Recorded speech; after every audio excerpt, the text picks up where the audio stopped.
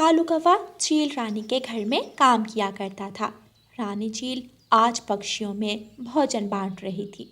रानी चील, आपने अपने अच्छे बर्ताव से साबित कर दिया हम पक्षियों का फैसला गलत नहीं था। हम सब बहुत खुश हैं कि आप हमारी रानी हैं। सब पक्षी चील रानी की बहुत इज्जत करते थे और उसको अपनी रानी मानते थे। सब पक्षी अपना अपना भोजन लेकर वहाँ से चले जाते हैं। चील रानी, सारा काम हो गया है, क्या मैं अब घर चला जाऊं? मेरे बेटे जग्गू की तबीयत कुछ ठीक नहीं है, उसे बुलबुल डॉक्टर के पास लेकर जाना है। हाँ हाँ, चले जाना, और जो काम मैंने तुम्हें कहा है उस पर भी ज़रा गौर करना। और ये लो पैसे, अपने बेटे का अच्छे से इलाज करवा लेना। जी ज़रूर। कालू कौवा वो पैसे लेकर वहाँ से चला जाता है। कालू जी, जग्गू की तबीयत कुछ ज़्यादा ही बिगड़ती जा रही है, कुछ करें।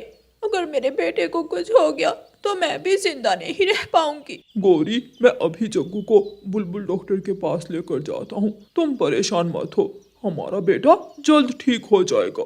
कालू कौवा जग्गू को बुलबुल डॉक्टर के पास ले जाता है। जग्गू की हालत काफ़ी नाजुक है, आप इसे किसी बड़े हॉस्पिटल में ले जाएं। अभी के लिए मैं एक इंजेक्शन लगाऊंगी, वो आप बाजार से जाकर ला दें। कालू कौवा इंजेक्शन लेने के लिए चला जाता है। मुझे ये इंजेक्शन दे दे। ये एक इंजेक्शन 5,000 में आएगा। क्या?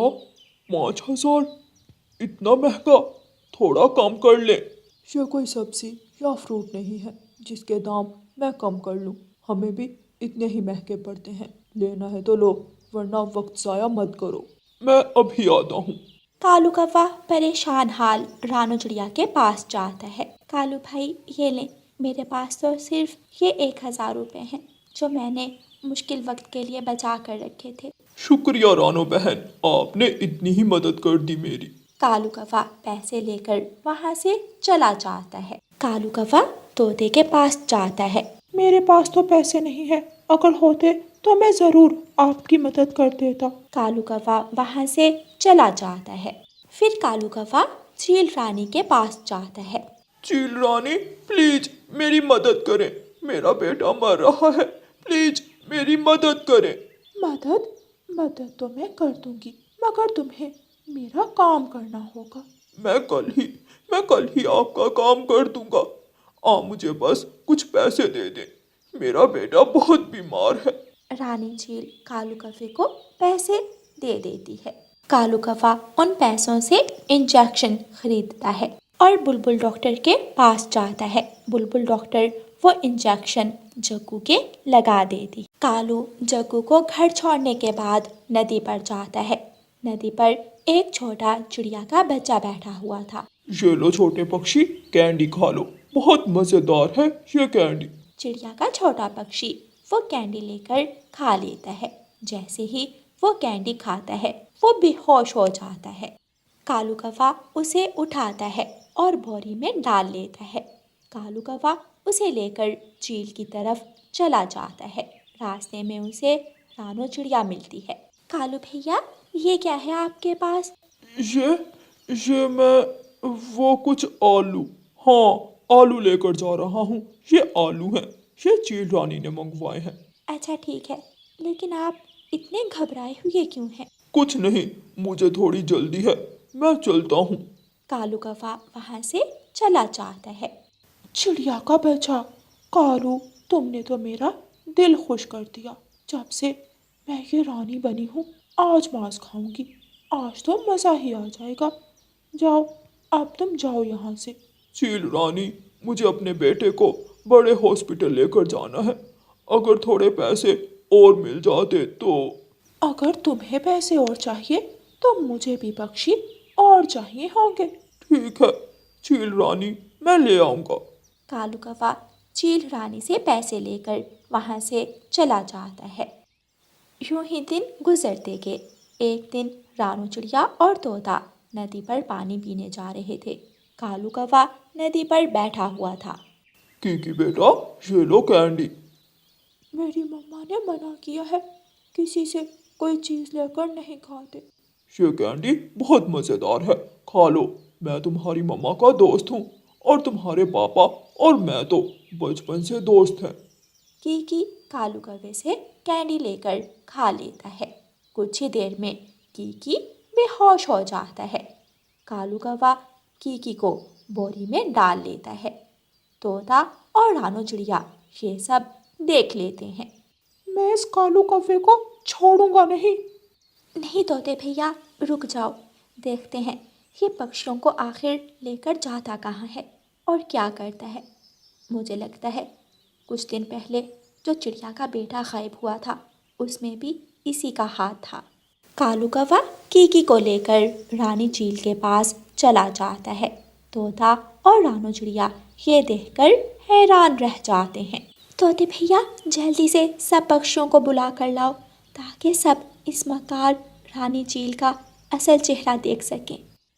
तोता जल्दी से जाता है और सब पक्षियों को बुलाकर ले आता है। कबूतर का बेटा, कबूतर भी खाने में बहुत मज़ेदार होते हैं।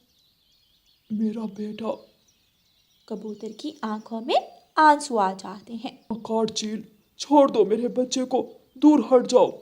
कीकी, कीकी मेरा बच्चा। क्या क्या हुआ है मेरे बेटे को? कबूतरी बहन, परेशान मत हो, हमारा कीकी ठीक है, बस बेहोश हुआ है। वो तो ऊपर वाले का शुक्र है मैं और तोता वक्त पर पहुंच गए और इस कालू कौवे को पकड़ लिया। चील, मकार चील सच कहते हैं, आदत बदल सकती है मगर फितरत कभी नहीं बदलती। गलती हमारी है जो आपको इतनी इज्जत दी, एहतराम दिया, अपनी रानी बनाया। आप इस लायक ही नहीं हैं। ये तो हमारे जूतों के लायक भी नहीं। इससे पहले कि हम तुम्हें मार मार कर बंदरिया बना दें, निकल जाओ हमारे जंगल से। मैं तुम्हारी रानी हूँ। ये तो वो कालू कौवे के काम है। नहीं नहीं, ये सब मैंने अपने बेटे को बचाने के लिए किया। मैं मजबूर था। शर्म आनी चाहिए तुम्हें। हाँ कालू, तुम्हें सच में शर्म आनी चाहिए। दूसरों के बच्चों को मारकर तुम अपने बच्चे को बचाना चाहते थे। तुम्हें इसकी सजा मिलनी चाहिए। इसको सजा मैं दूंगा। चील और ये कौवा निकल जाए हमारे जंगल से। अगर दोबारा कभी यहाँ नजर आए तो हम मार डालेंगे इनको। हाँ, यही होना चाहिए इनके साथ।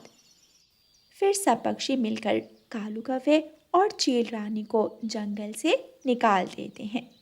सब पक्षी मिलकर जग्गू कौवे का इलाज करवाते हैं और वो जल्द ही ठीक हो जाता है। ना जाने मेरा बच्चा कैसा होगा। जग्गू, मैं बहुत बुरा हूँ। कालू कौवा वीरान जंगल में बैठा रो रहा था। प्यारे दोस्तों, इस कहानी को लाइक, अपने दोस्तों के साथ शेयर और चैनल को सब्सक्राइब करना बिल्कुल मत भूलना। आपका धन्यवाद। रानो चिड़िया की ऐसी कहानियाँ सुनने के लिए YouTube सर्च बार में रानो चिड़िया की कहानी लिखें या फिर ये बटन दबाकर बोलकर कहें रानो चिड़िया की कहानी।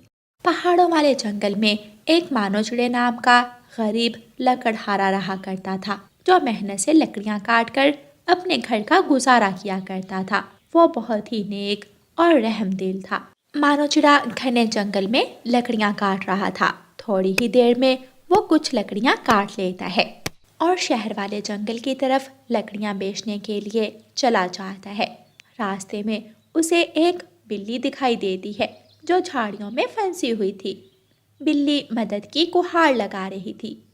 बचाओ, कोई मेरी मदद करो, मियाओ मियाओ, मैं यहाँ झाड़ियों में फंसी हुई हूँ, कोई मेरी मदद करो। मानो चिड़ा बिल्ली के पास आता है और झाड़ियाँ उठाकर एक तरफ करता है और बिल्ली को झाड़ियों से निकाल देता है। शुक्रिया, आपका बहुत बहुत शुक्रिया, आपने मेरी मदद की। मैं कब से यहाँ फंसी हुई हूँ लेकिन कोई मेरी मदद को ना आया।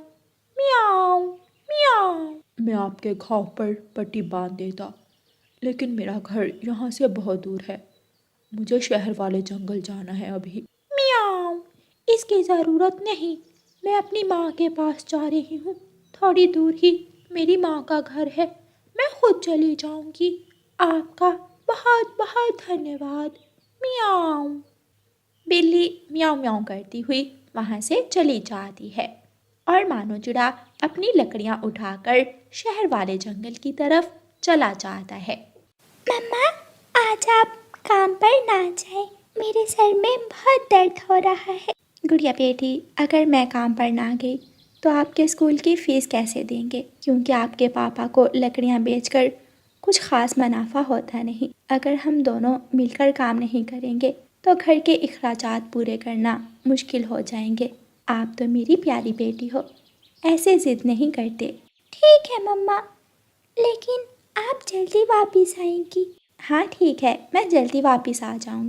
रानू चिड़िया अपने घर से चली जाती है और सीधी गौरी कवि मालकिन के घर जाती है।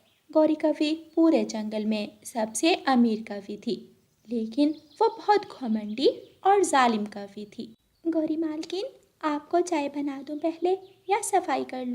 टाइम देख रही हो? क्या हो रहा है? कितना लेट आई हो तुम? वो गौरी मालकिन इस वजह से लेट हो गई। अच्छा, बस करो। आए दिन तुम्हारा कोई ना कोई बहाना होता है। बस करो अब। जाओ और मेरे लिए चाय बना कर लाओ। मेरी चाय बाहर गार्डन में दे जाना, मैं वहीं बैठी हूँ। ठीक है गौरी मालकिन। रानू चिड़िया रसोई में जाती है और चाय बनाने लग जाती है। वहाँ और भी नौकरानियाँ काम कर रही थीं। उधर मानो चिड़ा शहर वाले जंगल में पहुँच चुका था। वो लकड़ियाँ बेच देता है। ये लो 100 रुपए। चाचा छमछम, पहले तो आप इतनी लकड़ियों के 200 रुपए देते थे, आज सिर्फ 100? हाँ देता था, लेकिन आज तुम्हारी लकड़ियाँ गीली हैं, इस वजह से सिर्फ 100 रुपए मिलेंगे। मानो चिड़ा उदास मन के साथ 100 रुपए लेता है और वहाँ से उड़ जाता है और सीधा एक सब्जी की दुकान पर जाता है और सब्जी खरीदता है और वापस घर की तरफ उड़ जाता है। थोड़ी ही देर में वो वापस अपने जंगल में पहुँच जाता है। जब वो अपने घर पहुँचता है तो देखता है कि उसकी बेटी बेहोश पड़ी थी। गुड़िया, गुड़िया बेटी, क्या हुआ? गुड़िया मेरी जान, आंखें खोलो। देखो, तुम्हारे पापा तुम्हारे लिए तुम्हारी पसंदीदा गाजरें लाए हैं। मानो चिड़ा पास पड़े मटके से कुछ पानी निकालकर गुड़िया के चेहरे पर डालता है।